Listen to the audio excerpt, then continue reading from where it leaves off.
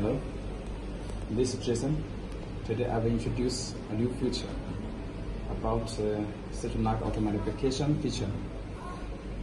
In this video I will show you method how to enable or disable this feature. First let me show you this feature and then I will disable it. Lastly I will enable it. Okay, that it means this video includes 3 parts. Okay, first part. Okay, I'll show you function about this feature. Unlock.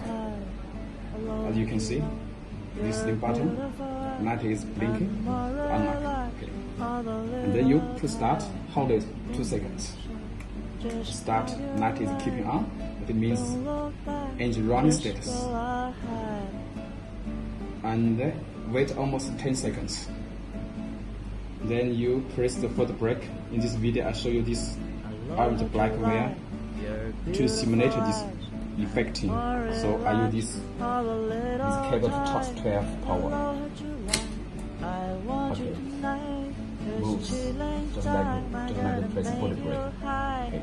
I just this is ACC. It has power, so I taught this it will work. Okay. Now engine off, it will move again. It means the feature is working normally. Engine off, all CARDOTs will unlock automatically. Okay, as you can see, stop. Yes, working.